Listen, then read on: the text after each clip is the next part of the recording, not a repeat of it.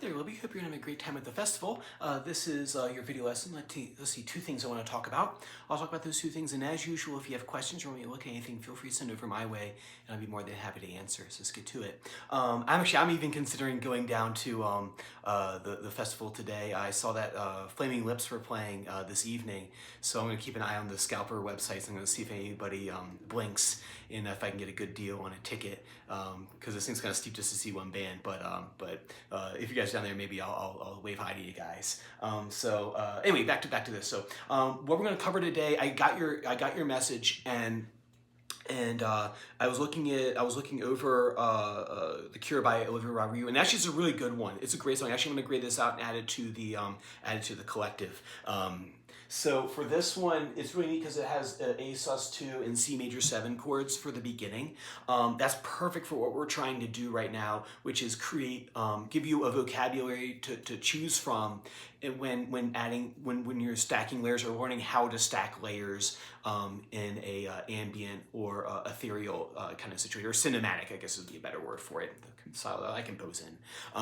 So these major 7 chords have been extremely useful when I write music in this cinematic style. It's actually, I'm almost always going to choose a major 7 or a minor 7 or some variation upon those two chords, primarily as my harmonic palette. I don't typically use a lot of other voicings, like dominant 7. I don't really, especially for the style that I write, and I play them obviously, but I don't use them in my compositions. So you're gonna get a lot of mileage out of these things.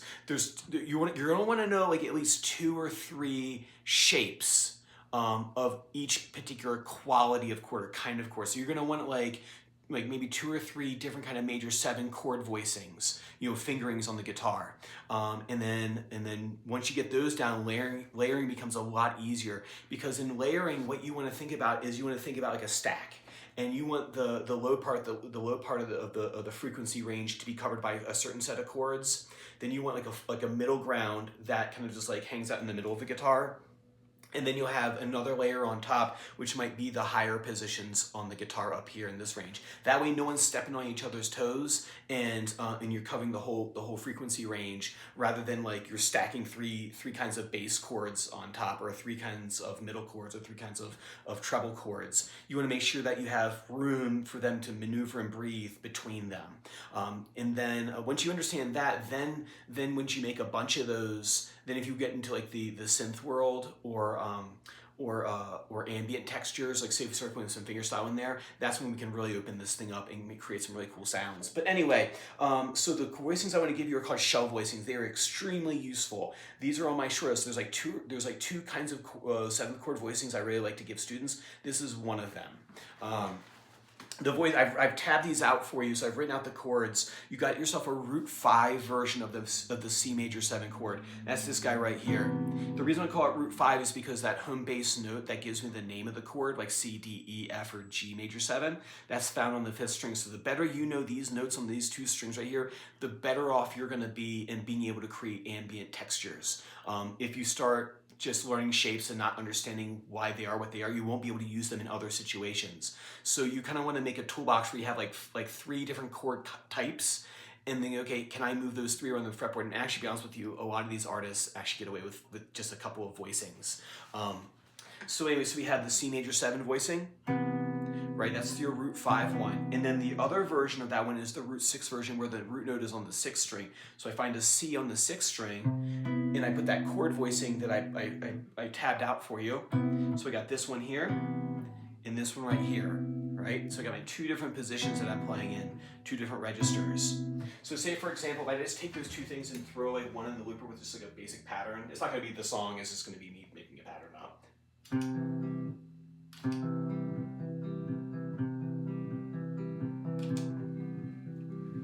Clean enough.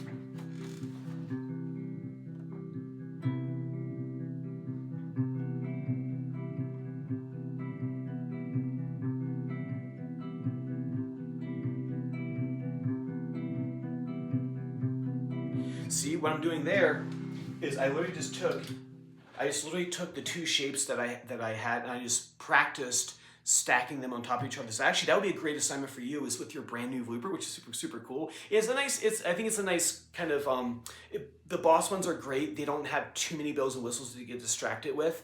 It's just a looping pedal, and then you can store a bunch of loops in there. So having less buttons is the better, because the first order of business when learning how to loop is actually clicking in and out. So like watching me do that right there, when I clicked in and out of the loop, that wasn't intuitive for me. I actually spent a fair amount of time going, oh crap, I didn't hit it in time, or oh man, like.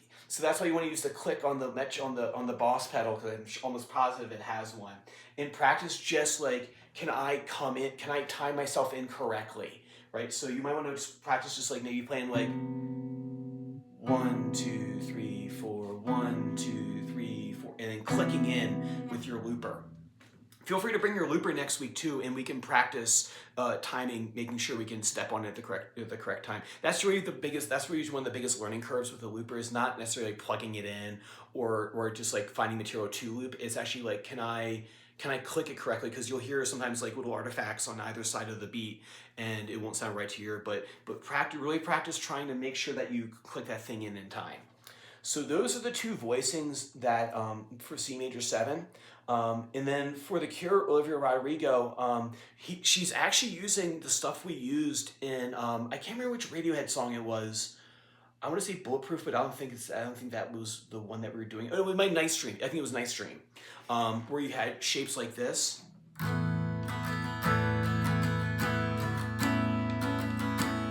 Yeah, I think it's almost positive. It's Nice Dream.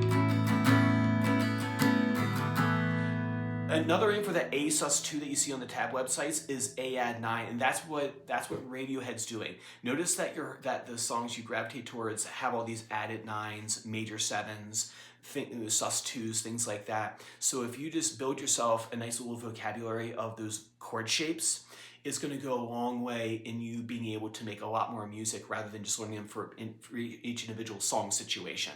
So taking this stuff, if you flip back in your notes back to Nice Dream, I even wrote them out here for you just in case you might not have that notes in front of you.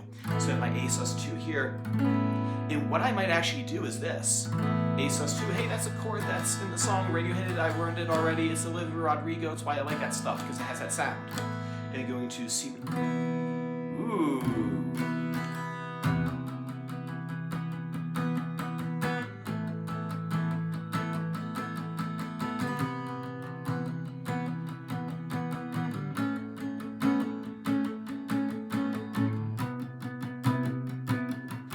So if I do that, so I'm gonna take those chords. I'm just gonna mix and match them. Oops, that's not what I'm going to do at all.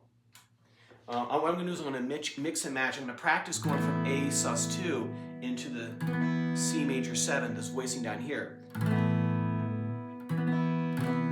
And then I'm going to play C major, then I'm going to play the AAD9, the one that I found in the Radiohead song. And then I'm going to go. So I'm going to do this here. And later on, we'll add on to these shapes. So the nice thing about these shapes, these shell voices, you can actually add other notes to them, and these are very common in that art rock ethereal style. So if I just record a little quick thing where I play something sort of kind of like Olivia Rodrigo. Oops, no, come on, didn't delete. There it goes. All right, that sucked.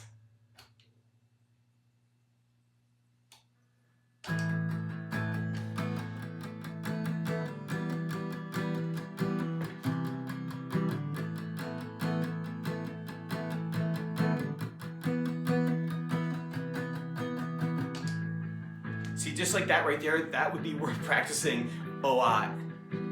Just me clicking in and out. Can I track that?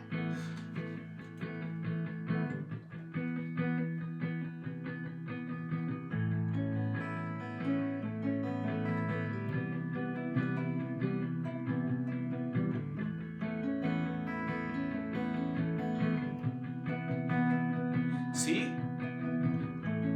I stacked it right on top of these chords, and then that way I have another layer in there that's not getting in the way of this layer. So if I start playing chords in this position, it might kind of interfere with what's happening with the loop, but these are far enough away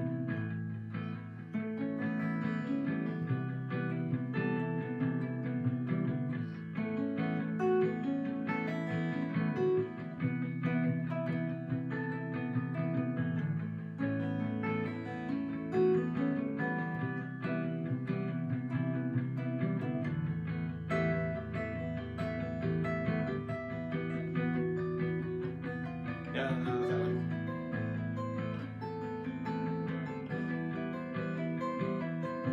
But there's all kinds of stuff that you can do over top of that.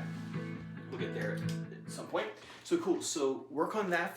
Work on that for you, just stacking those things on top of each other and just listening how they sound. You can just do something as simple with the rhythm as just doing 1, 2, 3, 4. And actually, I would encourage you to do that. That way, you can spend time practicing getting in and out of the loop that you've made.